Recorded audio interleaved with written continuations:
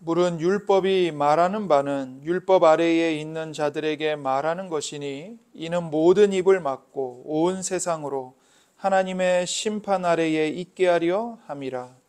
그러므로 율법의 행위로 그의 앞에 의롭다 하심을 얻을 육체가 없나니 율법으로는 죄를 깨달음이니라. 이제는 율법 외에 하나님의 한 의가 나타났으니 율법과 선지자들에게 증거를 받은 것이라. 곧 예수 그리스도를 믿음으로 말미암아 모든 믿는 자에게 미치는 하나님의 의인이 차별이 없느니라.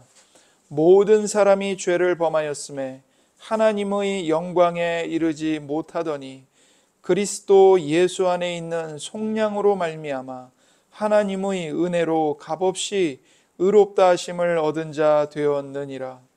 이 예수를 하나님이 그의 피로써 믿음으로 말미암는 화목제물로 세우셨으니 이는 하나님께서 길이 참으시는 중에 전에 지은 죄를 간과하심으로 자기의 의로우심을 나타내려 하심이니 곧 이때에 자기의 의로우심을 나타내사 자기도 의로우시며 또한 예수 믿는 자를 의롭다 하려 하심이라.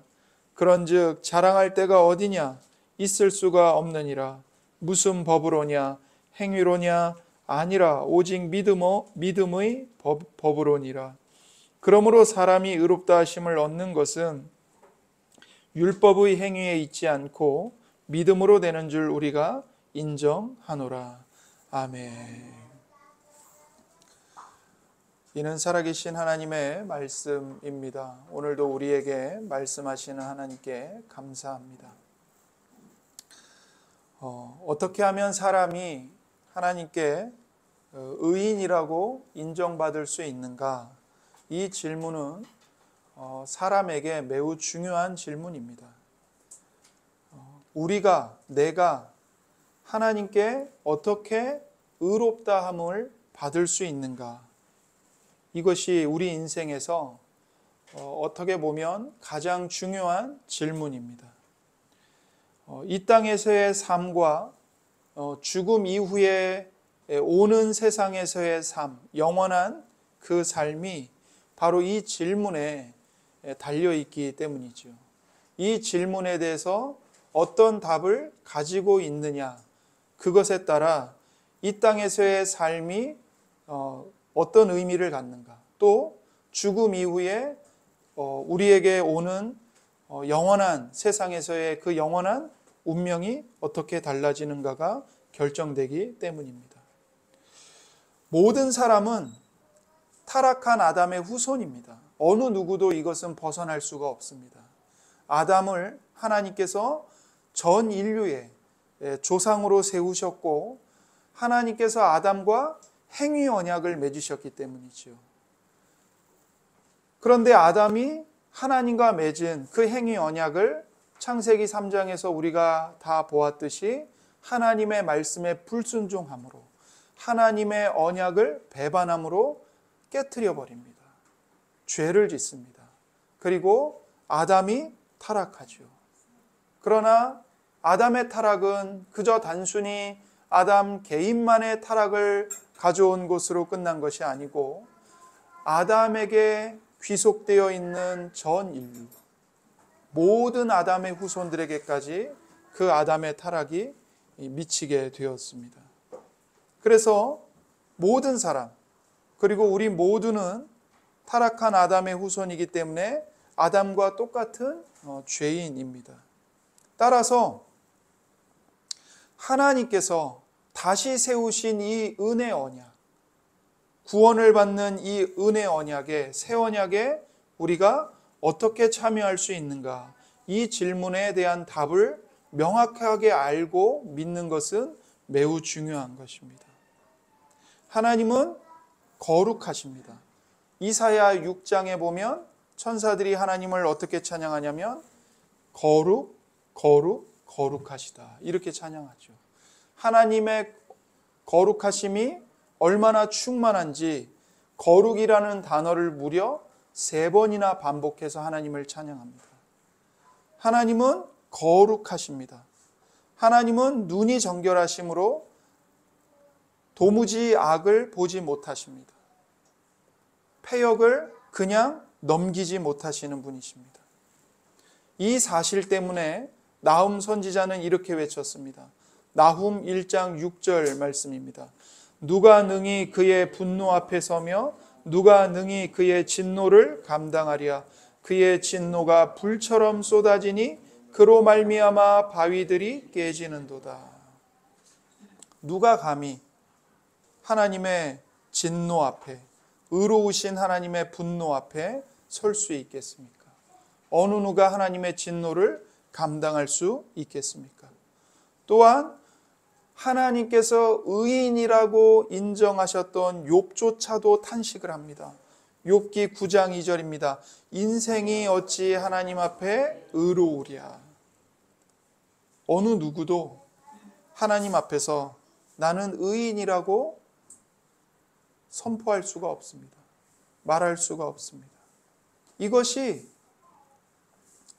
모든 인간의 비참한 운명이고 반드시 인간이 해결해야만 할 가장 심각한 문제입니다. 죄인인 내가 어떻게 거룩하신 하나님 앞에서 의인으로 인정받을 수 있는가? 의롭다라고 여김을 받을 수 있는가? 이게 여러분과 저에게 가장 중요한 질문인 것입니다. 우리는 이제 성경을 통해서 하나님께서 우리에게 주시는 그 말씀의 핵심을 배우게 되죠.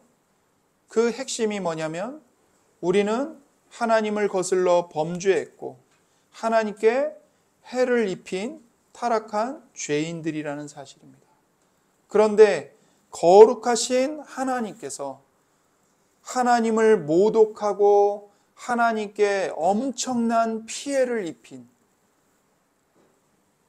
타락한 죄인들과 다시 관계를 맺기 위해 구속을 베푸시고 화해의 수단을 제공하신다는 겁니다. 그렇다면 하나님은 죄인들과 다시 화목해지시기 위해서 어떤 수단을 제공하시는가? 이것이 성경의 중심 가르침이죠. 이것이 성경의 가장 중요한 주제인 복음입니다. 거룩하신 하나님이 타락한 죄인들과 다시 관계를 맺기 위해서 구속과 화해의 수단을 친히 어떻게 제공하셨는가? 이것이 성경의 핵심 복음입니다. 그래서 성경은 무엇을 말하느냐면 죄인이 거룩하신 하나님 면전에 설 수 있는 방법은 칭이라는 것입니다. 칭이. 죄인이 거룩하신 하나님의 얼굴 앞에 다시 나아갈 수 있는 그 핵심이 뭔가? 바로 칭의. 다시 말해 의롭다 하심을 받는 겁니다. 하나님으로부터 너는 의인이다라는 인정을 받는 것입니다. 이게 핵심입니다. 로마서 4장 25절 말씀입니다. 예수는 우리가 범죄한 것 때문에 내줌이 되고 또한 우리를 의롭다 하시기 위하여 살아나셨느니라. 여기에 중요한 문구가 등장합니다. 우리를 의롭다 하시기 위하여, 이겁니다. 우리에게 정말 필요한 게 있습니다. 돈 아닙니다. 건강 아닙니다. 성공, 자녀들이 출세하는 거, 남부럽지 않게 사는 거, 그게 아닙니다. 우리에게 정말 필요한 거, 그게 뭐냐? 하나님이 우리를 의롭다고 인정해 주시는 겁니다. 우리를 의롭다 하시기 위하여, 이것이 바로 칭의입니다. 칭한다는 뜻이죠. 일컫는다는 겁니다. 부른다는 겁니다. 인정한다는 겁니다. 의롭다고. 그래서 칭의입니다. 이것이 우리에게 가장 중요합니다. 로마서 5장 16절 18절입니다. 또 이 선물은 범죄한 한 사람으로 말미암은 것과 같지 아니하니 심판은 한 사람으로 말미암아 정죄에 이르렀으나 은사는 많은 범죄로 말미암아 의롭다 하심의 이름이니라. 그런즉 한 범죄로 많은 사람이 정죄에 이른 것 같이 한 의로운 행위로 말미암아 많은 사람이 의롭다 하심을 받아 생명에 이르렀느니라. 여기도 보시면 16절에 의롭다 하심의 이름이니라 라는 말이 나오죠. 의롭다 하심에 이른다. 18절에 많은 사람이 의롭다 하심을 받았다 이렇게 말합니다. 신약 성경은 이 의롭다 하심을 받는다 이 말이 너무나도 중요하기 때문에 계속 반복해서 얘기를 합니다. 그래서 하나님께서 죄인인 사람을, 죄인인 우리를 의롭다고 선고해 주시는 것, 이것을 가리켜 칭의라고 말합니다. 그리고 이 칭의가 우리에게는 가장 중요하고 필요한 것입니다. 오늘 우리는 성경이 이 칭의에 관해서 가르쳐 주는 것을 듣고자 합니다. 칭의는 오직 그리스도 안에만 존재하는 의를 오직 하나님의 은혜로, 오직 믿음으로 말미암아 오직 믿음을 통해 우리가 받아들여 의롭다함을 받는 것입니다. 다시 한번 말씀드리겠습니다. 칭의가 무엇인가? 칭의는 오직 그리스도 안에만 존재하는 의를 오직 하나님의 은혜로, 오직 믿음으로 말미암아 오직 믿음을 통해 우리가 받아들여 의롭다함을 받는 것입니다. 이 칭의를 통해 하나님은 신자들의 모든 죄를 용서해 주시고 하나님이 보시기에 의롭다고 선언해 주십니다. 이 칭의 덕분에 우리는 하나님을 아버지라고 부르는 아버지와 아들의 관계를 하나님과 회복할 수 있는 것입니다. 하나님께서 죄인을 의롭다고 칭하는 이 칭의를 베풀어 주신 것은 죄인이 하나님의 율법에 순종함으로 자신을 구원할 수 없기 때문입니다. 여러분, 이 세상에 있는 모든 종교의 공통점은 이거예요. 사람이 노력하여 신을 감동시켜서 자기의 행위로 자기 구원을 이루는 겁니다. 기독교 외에 모든 종교는 다 그와 똑같습니다. 그래서 기독교 외에 모든 종교를 일컫는 용어가 뭐냐면 자력구원 종교입니다. 자력구원. 내 힘으로 내 구원을 이루는 것입니다. 그러니 불공도 드리고 도도 닦고 면벽 수행도 하고 엄청난 공물을 갖다 바치기도 하고 하는 거죠. 착한 일을 많이 하고 덕을 쌓는 겁니다. 덕을.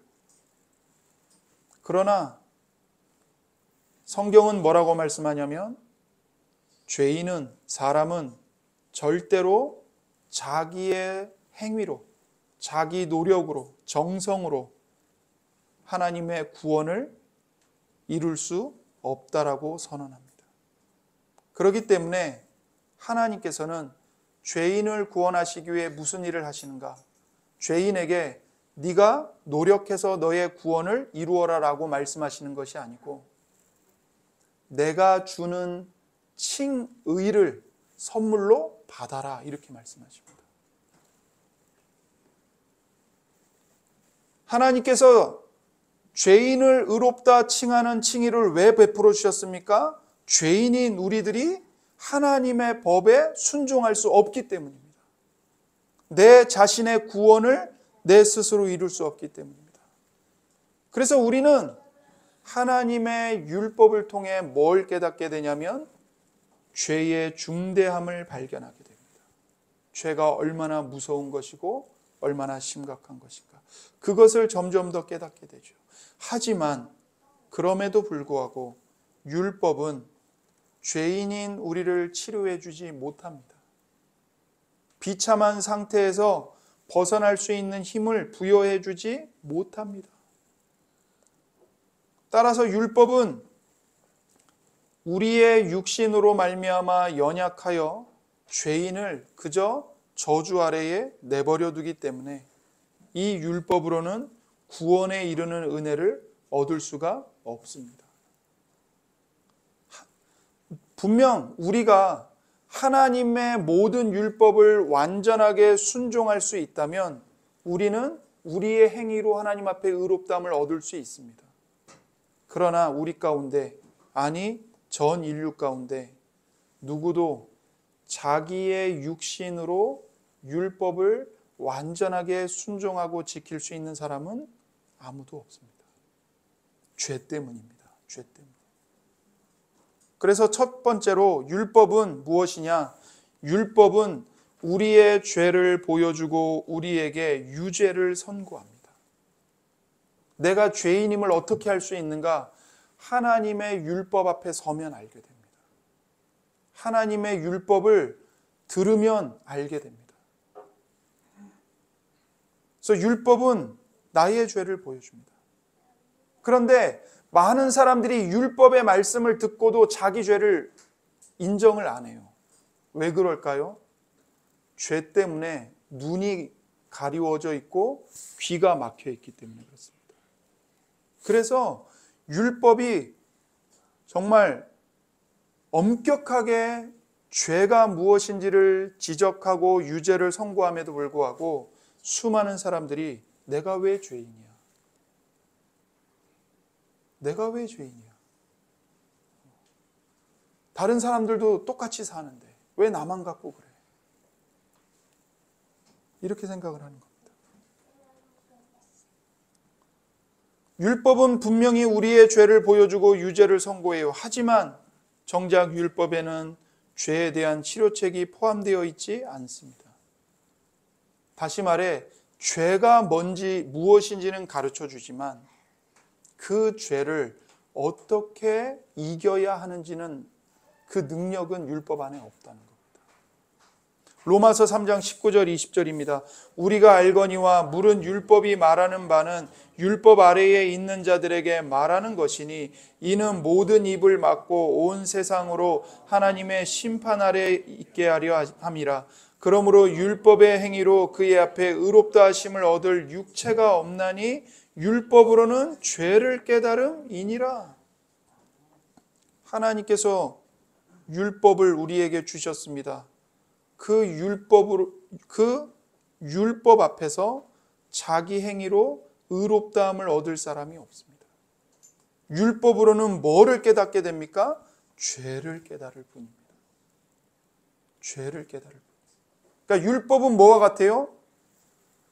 내가 어떤 병에 걸렸는지 정확히 진단해주는 의사와 같아요. 그러나 그 율법이 나에게 그 죄의 질병을 고칠 수 있는 치료약을 줍니까?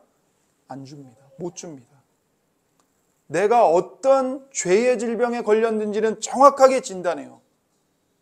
그러나 그 죄의 질병을 고칠 수 있는 치료약은 율법에는 없어요.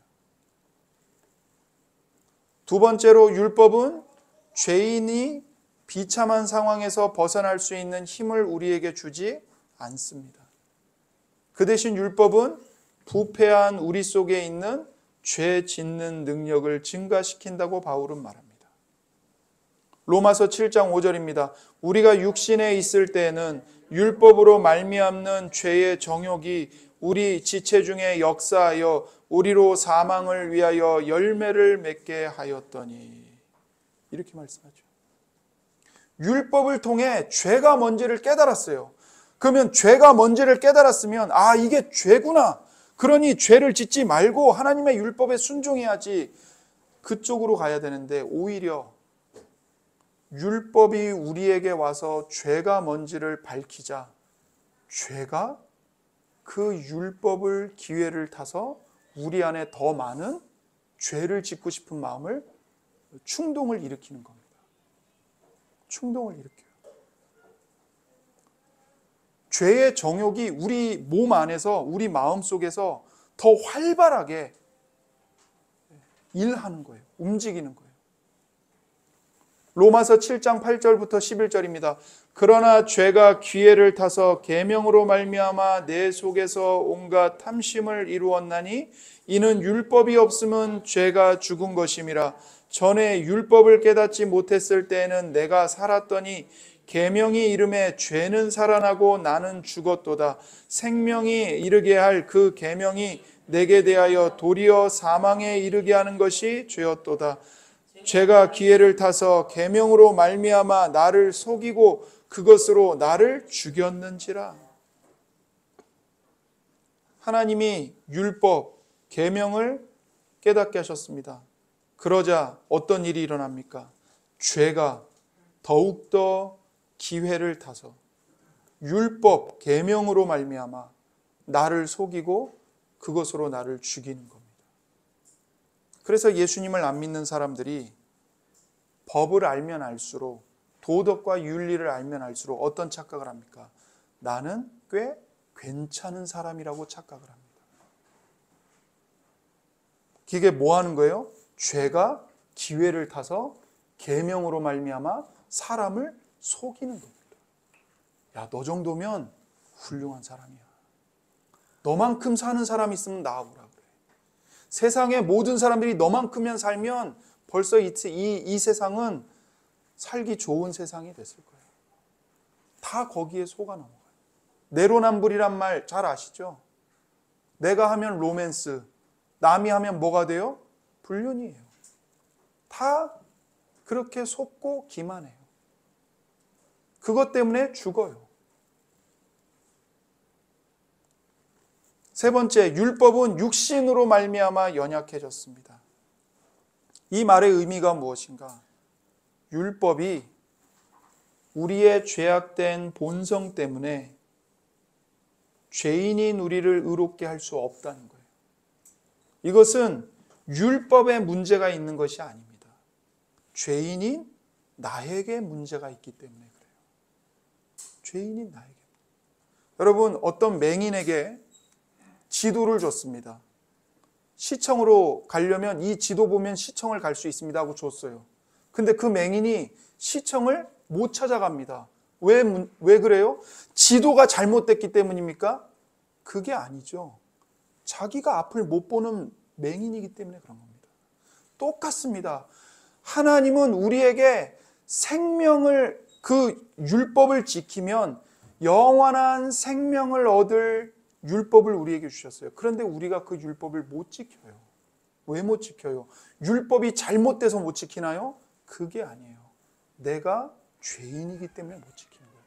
죄로 인해 눈이 멀어버렸고, 죄로 인해 마음이 완전히 망가져가지고 내 안에 하나님의 뜻을 행하고자 하는 욕구는 없고 죄를 향해서만 내 마음이 쏠리는 거예요. 선을 행해요. 언제 행해요? 내가 이로울 때, 내가 어떤 만족을 얻고 싶거나 내게 어떤 이득이 될 때, 그때는 선을 행하죠. 그러나 그것이 불꽃 같은 눈동자로 모든 패부를 살펴보시는 하나님 앞에서 어떻게 의로운 순종이 될 수 있겠습니까? 다 이기적인 동기에서 선을 행하는 건데. 그러니 율법에 문제가 있는 게 아닙니다. 죄인인 나에게 문제가 있는 겁니다. 나에게. 우리는 어떤 문화에 잠겨서 사는가? 책임정과 문화에 잠겨서 살아갑니다. 다 남 탓합니다. 이렇게 사고가 난 것도 누구 때문에? 그 끔찍한 화재 현장에서 나오지 못한 것도 누구 때문에? 다 누구 탓. 그러나 죄인을 구원함에 있어서 율법의 연약함에 대해서 우리는 누구를 탓할 수가 없습니다. 내 자신 말고는 탓할 존재가 없습니다. 내가 이렇게 된 건 부모님 때문입니다. 내가 이렇게 된 건 내 어렸을 때 가정 환경이 불우해서 그런 겁니다. 내가 이렇게 된 건 내가 그때 누군가를 잘못 만나서 이렇게 된 겁니다. 그 사람이 나에게 그때 이런 상처를 주지만 않았어도, 혹은 정부를 향해서 탓할 수 없습니다. 내 문제입니다. 내 탓인 겁니다. 내가 죄인이기 때문에 그렇습니다. 로마서 7장 14절입니다. 우리가 율법은 신령한 줄 알거니와 나는 육신에 속하여 죄 아래에 팔렸도다. 율법은 어떤 거라고요? 신령하다고요. 거룩하고 영적이라고요. 그러나 나는 육신에 속해서 죄 아래 노예로 팔려버렸습니다. 그러니 아무리 신령한 율법을 받아도 그 율법을 제대로 사용하지 못하는 겁니다. 로마서 8장 3절입니다. 율법이 육신으로 말미암아 연약하여 할 수 없는 그것을 하나님은 하시나니. 율법이 우리에게 주어졌어요. 그러나 뭐 때문에 할 수가 없습니까? 내 육신이 연약해서, 연약한 내 육신 때문에. 여기서 연약하다는 것은 죄성에 찌들어 있다는 겁니다. 본성 전체가 죄에 물들어 있다는 거예요. 죄짓기를 좋아한다는 겁니다. 그런 육신으로 말미암아 할 수가 없다는 거죠. 사실 우리가 할 수 있는 것이라고 뭐밖에 없을까요? 시편 51편 1절입니다. 하나님이여 주의 인자를 따라 내게 은혜를 베푸시며 주의 많은 긍휼을 따라 내 죄악을 지워 주소서. 이렇게 부르짖는 것 말고는 우리가 할 수 있는 게 없습니다. 이런 이유 때문에 나는 하나님 앞에서 어떻게 의롭게 되는가? 이 질문은 정말 가장 중요한 질문입니다. 성경의 핵심, 교회의 핵심, 하나님 앞에서의 인간의 운명의 핵심을 찌르는 질문입니다. 그러니 이 질문에 대한 성경의 답을 바르게 알고 믿는 것은 매우 중요한 일입니다.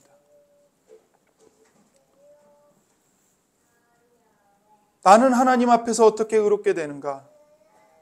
이 질문에 대한 답은 우리는 오직 예수 그리스도에 대한 참 믿음을 통해 의롭게 된다는 것입니다. 우리는 오직 예수 그리스도에 대한 참된 믿음을 통해서 의롭게 됩니다. 우리의 양심은 우리가 하나님의 모든 계명을 거슬러서 범죄했다고 고발합니다. 우리는 그 어떤 계명도 지키지 못했습니다. 여전히 온갖 악으로 항상 치우칩니다. 우리의 양심이 그것을 날마다 고소하죠. 그러나 하나님은 아무 공로도 없는 우리에게 순전히 은혜로 그리스도께서 치르신 완전한 배상과 그리스도께서 완전히 순종하여 이루신 그리스도의 의와 그리스도의 거룩함을 우리에게 주십니다. 하나님은 아무 공로 없는 우리에게 순전히 은혜로 그리스도의 완전한 배상, 그리스도의 의, 그리스도의 거룩을 우리에게 주십니다. 마치 내가 율법을 범한 적이 없고 아무 죄도 없는 것처럼, 그리고 그리스도가 나를 위해서 이루신 모든 순종을 내가 직접 성취한 것인 양 여겨주십니다. 이게 바로 그리스도 안에 있는 유일한 의입니다. 여러분, 의로움은 우리에게 있지 않습니다. 내 안에 있지 않습니다. 세상 안에 있지 않습니다. 종교 안에 있지 않습니다. 오직 누구 안에만 있어요? 예수 그리스도. 예수 그리스도의 인격과 그분의 삶, 그분의 존재, 그분 안에만 유일한 의가 있습니다.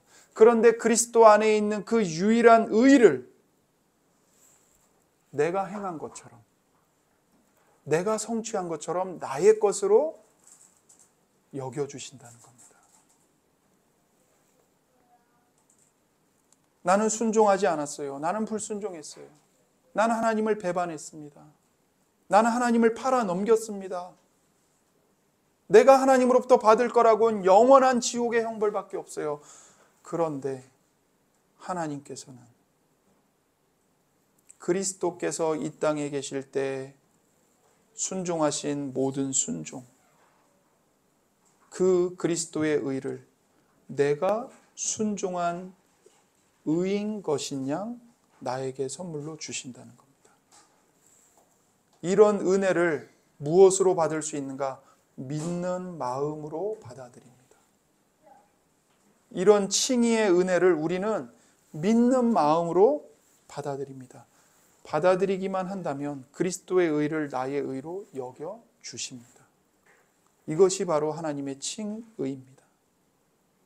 우리는 오직 은혜로 말미암아 오직 그리스도를 오직 믿음으로 의롭다 여김을 받습니다.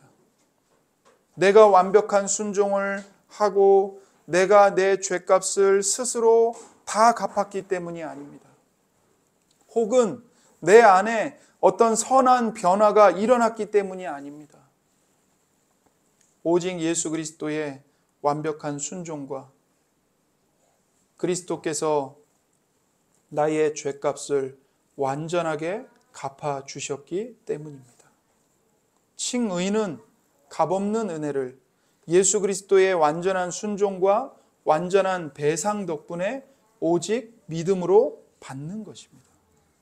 그래서 예수 그리스도께서 이 땅에 오셔서 하신 두 가지 일, 하나님께 온전히 순종하셨습니다. 그게 첫 번째 일이고, 두 번째 일은 세상의 모든 죄값을 완전히 배상하셨습니다. 완전히 갚으셨습니다. 그 그리스도의 행하심 덕분에 우리가 그 모든 의를 오직 믿음으로 받는 것이죠.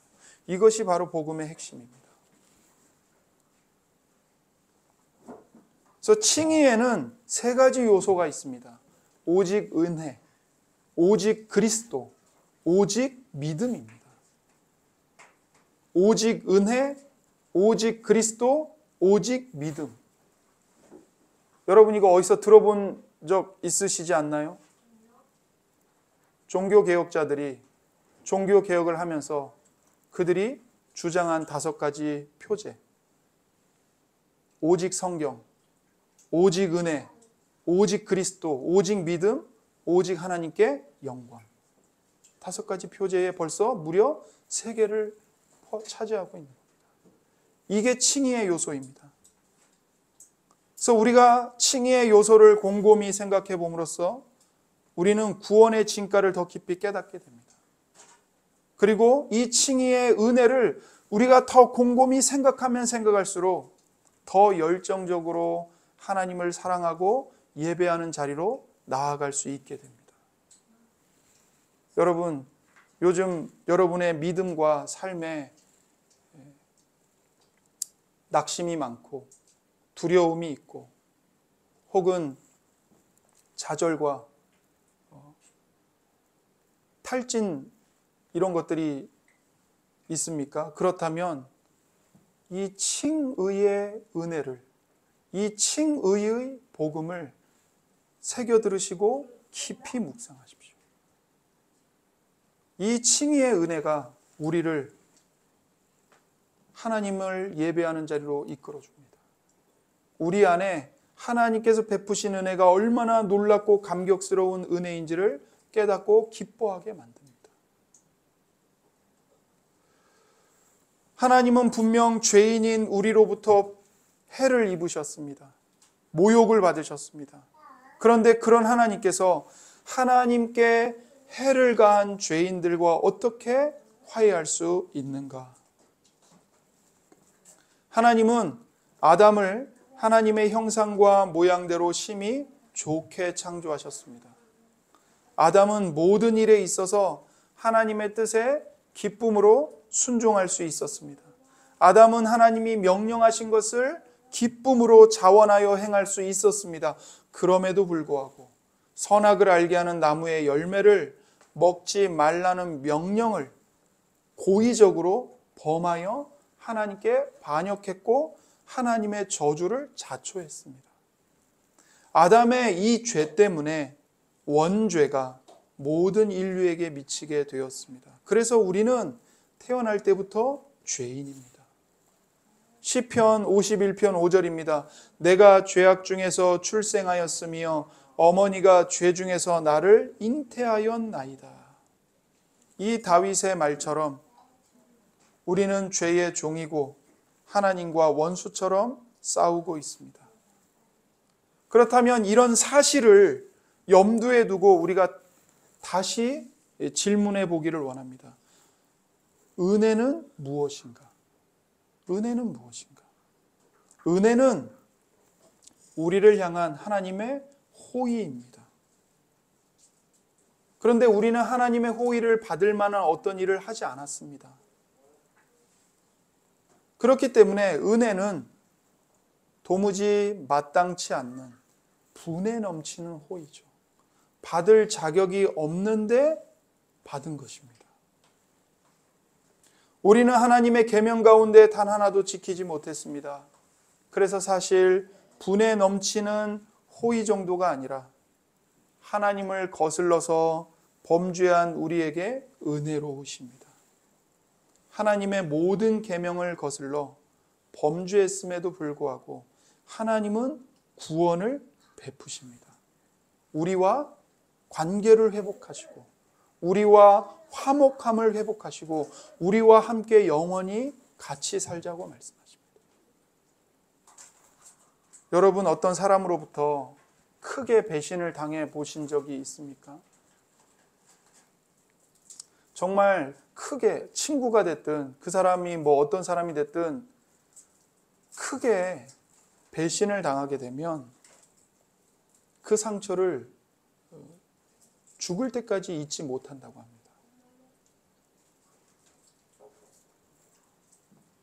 용서를 할 수는 있어요. 그러니까 용서를 안 하고 평생 그 미움과 분노를 품고 사는 게 너무 괴로워서 나를 위해서 용서를 할 수 있습니다. 네가 나에게 이렇게 했지만 난 널 용서할 거야. 용서를 해줘요. 그러나 그 사람이 다시 나에게 와서 너 나랑 동업하자. 너 나랑 이 프로젝트 좀 같이 하자. 그러면 열이면 열 안 합니다. 못 합니다. 억지로 쥐어짜내서 용서는 할 수 있어도 내 등에 칼을 꽂은 그 인간, 뒤에서 내 험담을 그렇게 퍼뜨리고 다니면서 나를 힘들게 하고 내 마음에 비수를 꽂은 그 사람이 와서 너 나랑 같이 살자. 너 나랑 같이 이 일 하자. 절대 못합니다. 할 수가 없어요. 그런데 하나님은 보십시오. 어떻게 합니까? 우리는 하나님의 가슴에 어마어마한 비수를 찔렀습니다. 하나님의 얼굴에 침을 뱉었어요. 하나님의 이름을 더럽히고 모욕하고 짓밟았습니다. 여러분, 예수님이 십자가에서 받으신 그 모든 모욕과 수치를 곰곰이 생각해 보십시오. 인간이 내가 하나님께 어떻게 했는가? 하나님이 우리를 용서해 주십니다. 용서 그 자체도 엄청난 과분한 은혜죠. 받을 수 없는. 그런데 용서하실 뿐만 아니라 우리에게 오셔서, 나에게 오셔서 내 손을 잡으시고 나랑 같이 영원히 살자라고 말씀해 주십니다. 나는 절대로 할 수 없는 그 말. 내가 너 용서는 해. 그러나 난 2번 다시 너 안 볼 거야. 너 볼 수 없어. 너랑 같은 공간에 있을 수 없어. 그러나 하나님은 용서의 은혜를 베푸시는 것도 엄청난 호의인데 그뿐만이 아니라 네가 나에게 어떤 짓을 했든 난 그건 다 잊는다. 난 너와 화목하기를 원한다. 넌 내 사랑이다. 내 아들이고 내 딸이다. 나랑 영원히 함께 살자. 말씀해 주십니다. 얼마나 크신 은혜입니까? 이게 바로 칭의의 은혜입니다. 그래서 바울 사도는 우리를 구원하신 하나님의 은혜에 대해 너무나도 크게 놀라고 경이로워했습니다. 바울은 이렇게 외쳤습니다. 에베소서 2장 4절부터 5절입니다. 긍휼이 풍성하신 하나님이 우리를 사랑하신 그 큰 사랑을 인하여 허물로 죽은 우리를 그리스도와 함께 살리셨고 너희는 은혜로 구원을 받은 것이라. 은혜로 구원을 받았습니다. 죄와 허물로 죽은 우리를 그리스도와 함께 살리셨습니다. 바울은 또한 하나님의 은혜를 고용주와 고용인의 은유를 사용해서 설명합니다. 로마서 4장 4절과 5절입니다. 일하는 자에게는 그 삭시 은혜로 여겨지지 아니하고 보수로 여겨지거니와 일을 아니할지라도 경건하지 아니한 자를 의롭다 하시는 이를 믿는 자에게는 그의 믿음을 의로 여기시나니. 세상에서는 일한 대가가 은혜로 주어지지 않습니다. 어느 고용주도 일을 한 사람한테 월급을 주면서 내가 은혜를 베푼다라고 말하지 않습니다. 그렇게 생각해서는 절대로 안 되는 거죠. 그건 빚으로 주어지는 겁니다. 고용주가 고용인에게 월급을 주지 않는다? 그건 빚을 지는 거예요. 그렇다면 하나님께서 일하는 사람에게 마땅한 삭시나 보수를 주는 방식으로 구원을 베풀지 않는다는 사실이 얼마나 경이로운 일입니까? 우리는 구원을 받을 만한 일을 한 적이 단 하나도 없습니다. 하나님께서 우리에게 빚진 적이 단 한 번도 없습니다. 칭의는 오직 하나님의 은혜로 주어진 것입니다. 다른 방식으로는 결코 불가능합니다. 에베소서 2장 8절과 9절입니다. 너희는 그 은혜에 의하여 믿음으로 말미암아 구원을 받았으니 이것은 너희에게서 난 것이 아니요 하나님의 선물이라. 행위에서 난 것이 아니니 이는 누구든지 자랑하지 못하게 함이라. 여기서 바울은 은혜와 너희에게서 난 것을 대조하고 있고 선물과 행위를 대조합니다. 은혜는 하나님께서 주신 겁니다. 선물은요, 우리의 행위와 상관없이 베풀어 주신 겁니다. 이렇게 함으로써 바울은 구원을 행하신 하나님의 주도권을 강조하고 있는 거죠. 로마서 3장 23절과 24절입니다. 모든 사람이 죄를 범하였음에 하나님의 영광에 이르지 못하더니 그리스도 예수 안에 있는 속량으로 말미암아 하나님의 은혜로 값없이 의롭다 하심을 얻은 자 되었느니라.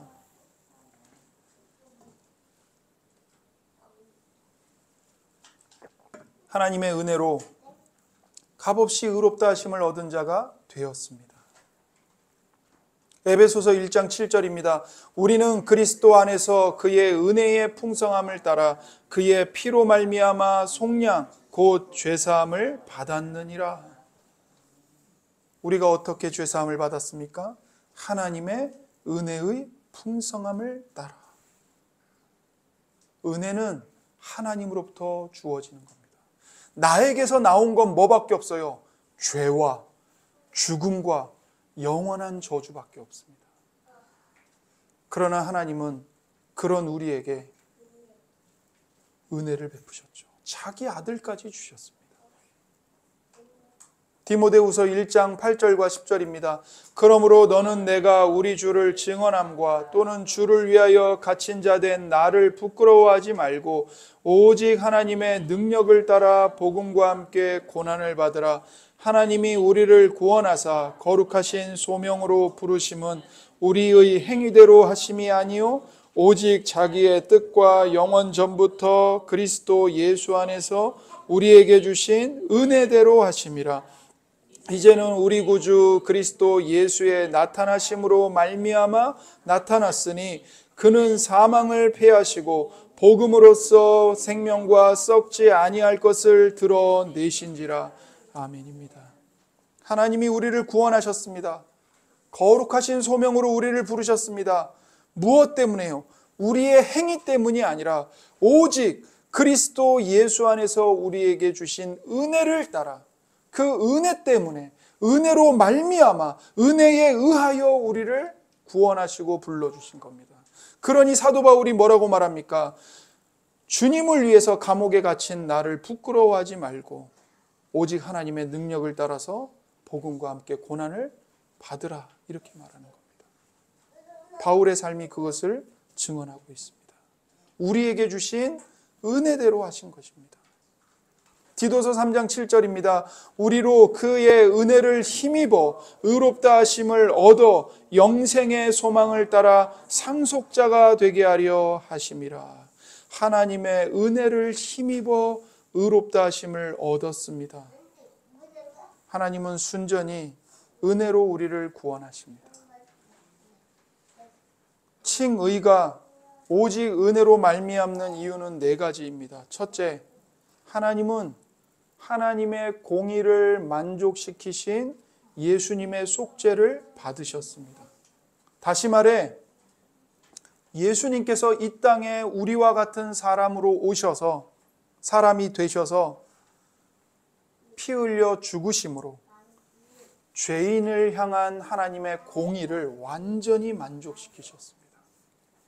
그리스도께서 순종과 죽으심으로 의롭다 여김을 받는 신자들을 대신해서 하나님의 공의를 정당하게, 실제로 충분하게 만족시키셨습니다. 두 번째로 하나님은 그리스도를 보내주셨습니다. 하나님의 독생자를, 하나님의 하나밖에 없는 그 아들을 우리의 보증인으로 주셨습니다. 이게 은혜죠. 세 번째, 하나님은 우리에게 그리스도의 의를 전가해 주십니다. 그리스도의 의를 나의 것으로 나에게 넘겨주십니다. 그래서 예수님의 의로움을 칭의 받는 사람들에게 전가하십니다. 예수님의 의를 나의 의로 주신다는 겁니다. 네 번째, 하나님은 우리에게 믿음 외에 다른 아무것도 요구하지 않으십니다. 여러분에게 믿음 외에, 믿는 마음 외에 어떤 것도 요구하지 않으세요. 심지어 이 믿음조차 하나님의 선물입니다. 믿음조차. 그래서 우리의 칭의는 하나님의 은혜로 우리에게 주어진 것입니다. 따라서 우리를 의롭다고 인정하시고 우리를 용납해 주시는 은혜를 값없이 베푸신 하나님 아버지께 모든 감사와 영광을 돌려야 합니다. 그래서 사도 바울도 로마서 3장 27절에서 이렇게 말하죠. 그런즉 자랑할 데가 어디냐? 있을 수가 없느니라. 어느 누구도 교회 안에서 다른 사람들 앞에서 하나님 앞에서 내가 더 훌륭하다고, 내가 더 낫다고, 내가 더 옳다고 자랑할 수 없다는 겁니다. 오직 모든 감사, 모든 영광은 누구에게 돌려야 합니까? 하나님 아버지께 돌려야 합니다. 시편 118편 21절입니다.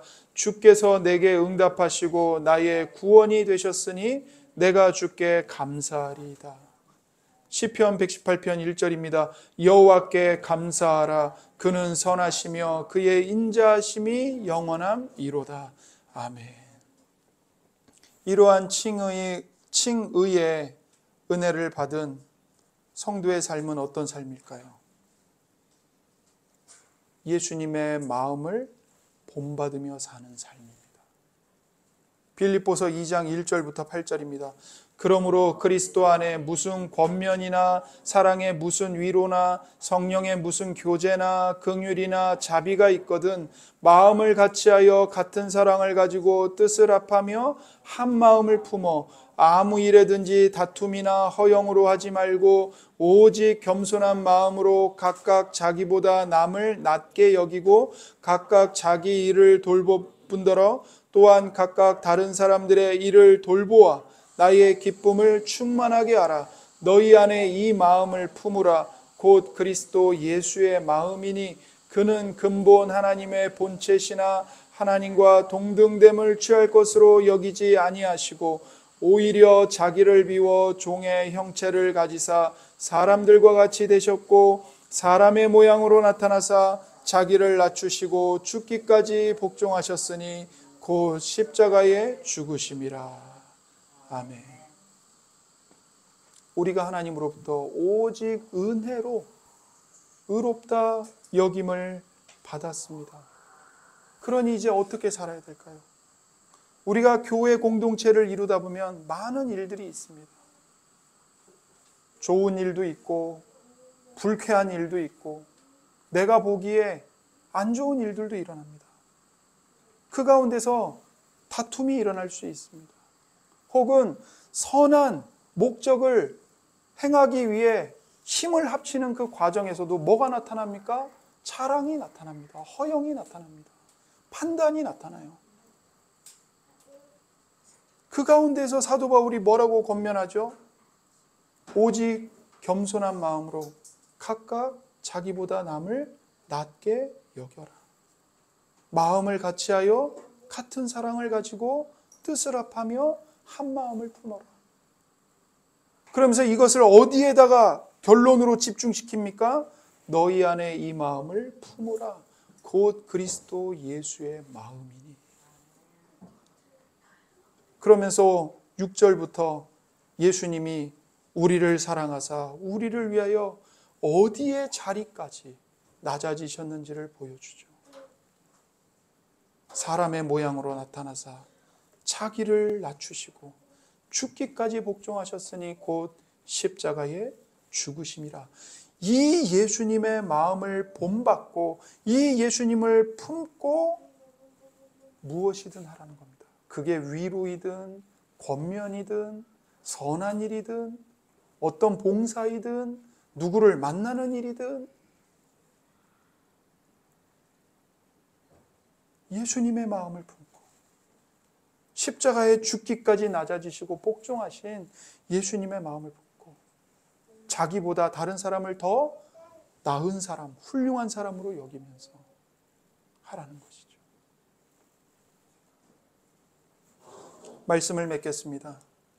우리의 죄가 우리와 하나님 사이를 가로막고 있습니다. 여기에 대해서는 반드시 무슨 조치가 있어야 합니다. 인간에게 가장 필요한 것은 죄의 용서, 곧 하나님과의 화목입니다. 그 하나님과의 화목에서 가장 중요한 핵심은 칭의. 예수님의 의를 선물로 받아서 하나님 앞에서 의롭다라고 여김을 받는 것입니다. 죄인과 악인은 절대로 하나님과 화목할 수 없습니다. 오직 의인만이 하나님과 화목할 수 있습니다. 그런데 그 의인, 하나님의 의를 선물로 받은 예수님을 믿는 우리 모두가 의인입니다. 이것이 그리스도께서 우리에게 주시는 복음의 복입니다. 그리스도께서 죽으심으로 여러분과 저는 용서받았고 여러분과 저의 죄는 지워졌습니다. 그러니 우리에게 정말 필요한 것, 십자가에 못 박히신 예수 그리스도 앞에 나아가는 것입니다. 너무 늦기 전에 회개하고 예수 그리스도께서 하나님 아버지께서 우리에게 주시는 하나님의 의를 믿는 마음으로 선물로 받으십시오. 예수님께 나아가서 그저 이렇게 말씀드리십시오. 주님, 제가 죄인입니다. 내 눈이 멀어서 주님의 그 가시관 쓰신 얼굴에서 아무런 은혜도 보지 못했습니다. 그러나 이제는 밝은 눈으로 주님의 아름다운 얼굴을 봅니다. 주님께 고백하십시오. 그러면 하나님께서 여러분을 받아들이시고 여러분은 영원한 영광 가운데 칭의의 은혜를 받고 예수님과 함께 하나님 아버지와 함께 거하게 될 것입니다. 이 시간 함께 기도하겠습니다. 이 시간 함께 기도하실 때 하나님 아버지, 예수 그리스도의